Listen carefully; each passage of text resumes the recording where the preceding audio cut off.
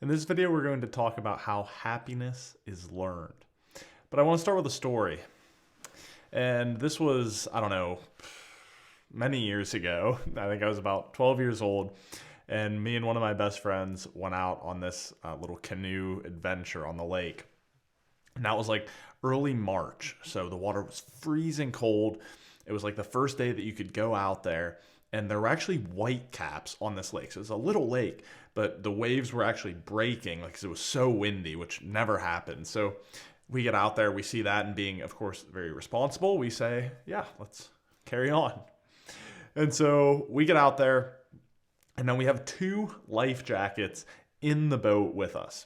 And notice how I say in the boat. They were, I think, like buckled around the seats of the canoe, almost as if the canoe would need them to keep the canoe from drowning if something happened. So we're out there and we're just kind of paddling along. And this is my go-to dance move, by the way, in case you're wondering. So we're paddling along, and all of a sudden this big wave, boom, hits us. We hit the water. It's freezing cold. Ice was like an ice bath or like a cold plunge. Just boom, that shock, it just hits us. So we're in the water, and I start freaking out, like panicking, and I'm trying to like grab onto the canoe, and that's making it worse. And I'm kind of like holding on, treading water with my feet back here. And I'm like, it was so cold. We couldn't get back into the boat. I'm like thinking to myself, is this it? Like, what a stupid way to die, but this is going to be it. And so I'm hanging onto the boat, treading water, and we see, a few hundred yards away, there's this couple old dudes on a fishing boat. And so I start waving, and the old dude kind of looks over at me, and he waves back. So I'm like, no, that's not what I wanted.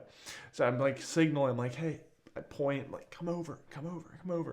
And he kind of looks back, and he's like, come over.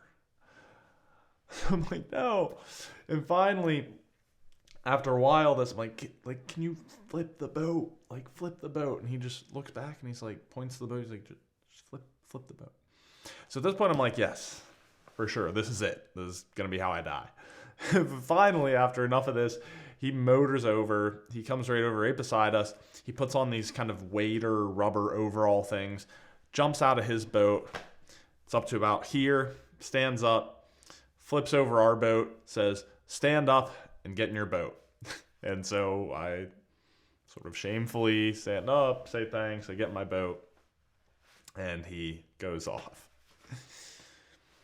And so what you have to realize there is in that moment of that like intense panic and cold and freak out, like I never actually stopped to challenge my perceptions or to kind of question my reality of like, how deep even is this water?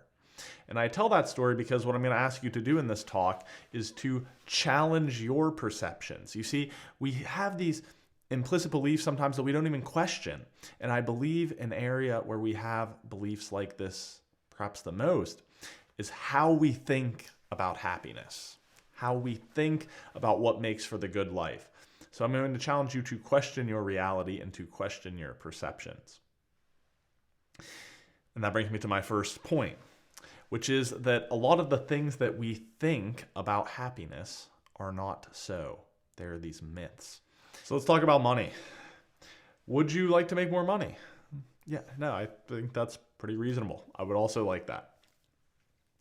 But what I want to do first is I'm going to show you a couple of graphs. So here's the first one.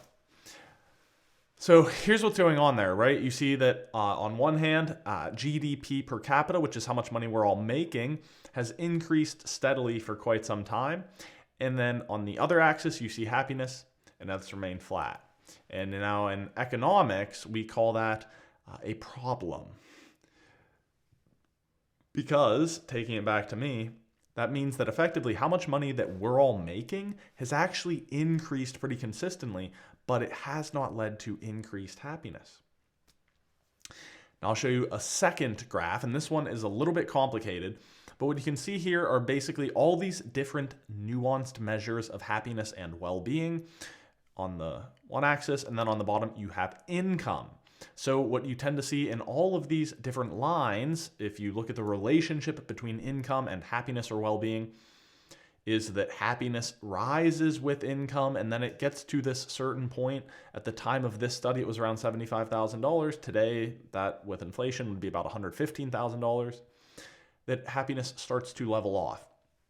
And bringing it back to me, that is indeed what this paper by Kahneman and Deaton points out, is that happiness tends to rise with income to a point. Once our basic needs are met, money doesn't really do that much additionally for our happiness. And this should make intuitive sense, right? If you gave me $10,000, I'd be pretty excited. If you'd like to try that experiment, I'm certainly open to it. But if you gave Jeff Bezos $10,000, that's like a rounding error. He's not even going to notice. So the point is that in the first graph we saw it in terms of our society, all of our increased material abundance has not translated to increased happiness. And we see that on a personal level, increased money and resources will not just continue to improve our happiness indefinitely. So that's your first myth, is that just accumulating more and more resources, more money, etc., isn't going to work. Second one, I'll show you this graph here. So what's going on here? Well, you see time 0 is the year that you get married. And so the other axis then is also like happiness or life satisfaction. And so you see the pattern. It's kind of like 2 years out, like, oh, this is pretty good. Then 1 year out, you're like, oh, things are going really well. And then you get married and it's the best year ever. And then what happens? You come crashing back to reality. So to bring this back to me. Now, importantly, I didn't do this study, so don't blame me. Don't shoot the messenger. But what's the pattern we see there? It's not to say that marriage is a bad thing. In fact, most long-term studies have shown that marriage, or at least a long-term committed relationship, tends to be positively associated or positively correlated with happiness and well-being. But this idea that I just find my soulmate, I just find my perfect person and settle down and then it'll be like amazing forever is not so. And you could probably ask one of your parents or grandparents and they might be able to explain that that is not the case. Then finally, I'll at least just put up a quick visual of it. This is a paper titled The Frequent Benefits of Positive Affect. Does happiness lead to success? So bringing it back to me, this is a meta-study, one of the most impressive and I believe important meta-studies ever. And they looked at about, I think there were almost 275,000 some people and over 200 studies in this report. And what the researchers were trying to figure out is that we tend to think success leads to happiness, don't we? Right? If I just achieve more in my career, I make more money, I have better relationships, I have better whatever, that I'm going to be happier, even better health. I'm going to be happier. And while many of those things are true, what the researchers found in this paper was that it was actually happiness that is a precursor, and when I say happiness, I mean frequent positive emotions, that actually precedes success in a variety of these life outcomes. So for instance, people, when they have more positive emotions, tend to perform these behaviors that then are indicative of better success in marriage and friendship, in career and earnings, and even health and immune responses. They also looked at, in some cases in this meta-study, experimental designs, which are more causation. And what they found is that exact takeaway, is that it's actually frequent positive emotion, or our happiness, that sets the foundation for future success. So what we learn again is that our typical view of things is that love and money and achievement, all these things are going to make us happy. They're going to bring us some sort of happiness. But this is not necessarily the case. So, well, what can we do? If you're with me so far, you say, hey, I'm willing to challenge my perceptions. How I've been taught or conditioned to think about happiness probably isn't so. It's like, well, what can we do now? Well, the important thing that I want you to remember is that happiness is learned. Happiness is learned. Think about it like this. Think about any area of your life that you are pretty good at now. This could be a hobby. It could be something as simple as driving. It could be your job or your technical skill set. Just try to pick something. And what I want you to do for a second is try to think about how good are you at that thing from a 1 to a 10, and be honest, right? Because some of you are probably be like, oh, I'm not that good, I'm an 8, or you might think, well, I don't want to be too braggy. It's like, no. Actually, how good are you at that thing? You're probably pretty good. Okay. For me, maybe I'll pick driving. Some people on the roads may disagree, but I'm going to give myself a 9. How good were you the very first time you ever did that thing? How good? Quick, how good? For me, it's like a 2. I had no idea what I was doing. So the next question is, if you went from a 1 or 2 or 3, which is probably true, to now like a 7, 8, 9, or 10, fair, how the hell did you do that? I mean, how on earth did you go from that low to being that good at something? Well, here's what I bet you did. Follow along with me. As I say, you did 2 things, broadly speaking. You acquired knowledge. So you kind of studied, right? You learned how to do it. You read a book, you watched a video, you had a teacher, you had a coach, you got instruction on how to do it. That's knowledge. And then you actually practiced. You got your reps in. You got behind the wheel a little bit. You took your swings in the batting cage. You practiced the instrument. You read the books. You showed up to work and you got trained and developed and you did the stuff and then you got pretty good. So study alone is not enough. Practice alone, because if you don't have any idea what you're doing, you're just going to practice poorly, is not enough. But when you put those 2 together, you go from not very good to very good. So here's the key question. How could happiness be any different? How could happiness be any different? And well, it turns out it's not. In fact, there's some pretty incredible research from the field of neuroscience that points this out broadly under the umbrella of neuroplasticity, which means that the brain changes based on how it is used. And a very important paper that summarizes a lot of this thinking is The Plasticity of Wellbeing. It's from a team of neuroscientists led by Richie Davidson at the University of Wisconsin, where they point out that well-being depends upon certain skills, and that many of these skills are trainable through what? Through study and practice. And so if you look at this for a second, I'm going to show you a little model here. So what you have here, if you can see that, I'll actually kill the lights. This is the human brain. And what you see here is that there would be certain areas of the brain that are activated depending on what is being done. So every time you perform a certain behavior, you do a certain thing, you are kind of almost building the neurological musculature associated with that. So for me, for instance, if I were to practice playing the piano every single day, the areas of my brain associated with those piano playing muscles would show greater activation and greater density and greater connectedness. And so neuroplasticity is kind of this incredible miracle. You tend to think you can't teach an old dog new tricks. But it turns out that with both study and practice, the practice being the most important part, the brain actually changes based on how it is used. So where do we begin, right? Where do we begin? We said, well, happiness is learned. So here's what I would challenge you to do, is the most and first important point is to create kind of a motivation or a sense of intentional effort with respect to cultivating the causes and conditions of happiness. And so what I say is just to do this. Is just real quick, like judgment, kind of gut reaction, is just rate yourself. How happy are you in this given moment and with your life as a whole from like a 1 to a 10? What is it? Go, go, go, go, go. Now, think about the person that you love most. It could be a partner, a parent, a child, a friend. Okay. Now, if that person or parent or person, parent, child, whoever, were to tell you that number that you gave yourself, how would you react and what would you say? And what I find is when I do this is that a lot of people are totally fine, but a lot of people also, it really creates this kind of, whoa, something needs to change. And I cannot tell you exactly what that something is, but I can tell you that if you study what are the causes and conditions of happiness for me or for anyone, right? So reading a little bit about psychology, reading about neuroscience, reading like philosophy, reading practical, whatever it is. And then you actually put those things into practice, it'd be better. So you have that little rating. Now think about this. What would be if you could change, maybe just change one thing?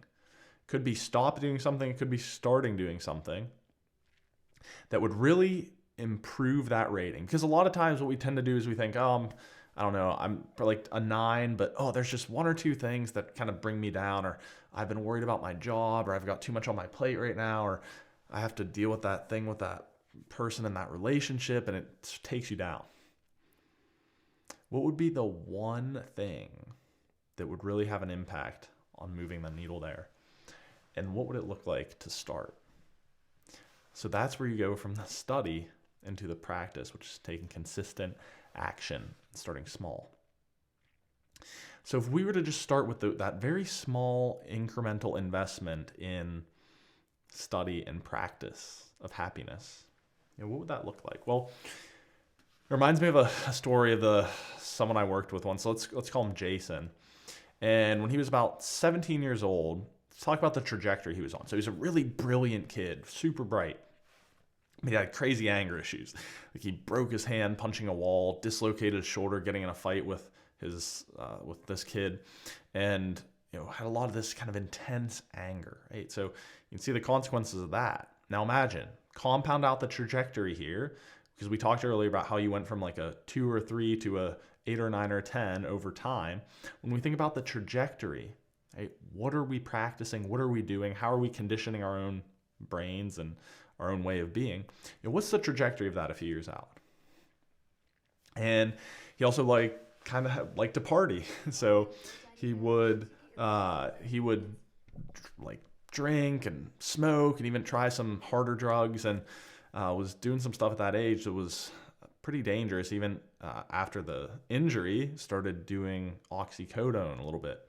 So you're 17, 18 years old doing that. Again, what is the trajectory? Compound that out. And finally, just wasn't always very easy to get along with. He loved to argue. He always had to prove he was right. He would get in these arguments or, show off his scores and talk about how smart he was. And he was just trying to obsessed with achievement and proving that he was the best and the smartest and all of these things, and was really kind of arrogant. It's once again, compound that out. What are the effects? And then with one small shift.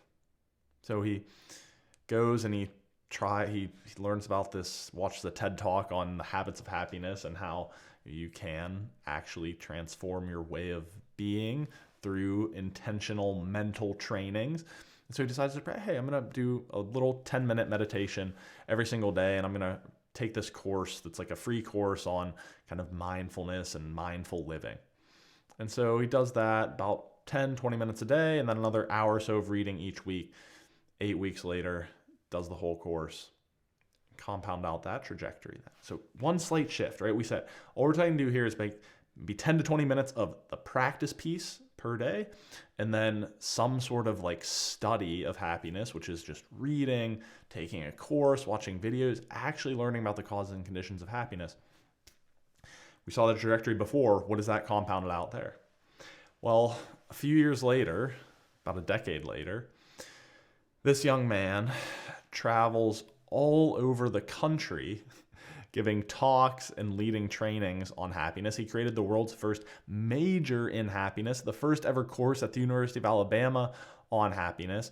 He lived as a Zen monk and now owns a training consulting company where he works with the U.S. Army, private sector clients, all of these different people across the world, helping to apply the art and science of happiness to help people live happier lives.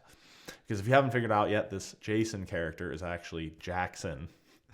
And so all that happened there is I'm not special or amazing or something. All that happened was a slight shift in my perspective or my orientation to understand that happiness is not about achievement or status or pleasure, but rather that through studying the causes and conditions that lead to happiness and then actually practicing cultivating those causes and conditions with small investments every single day, that happiness is learned. So thanks for watching.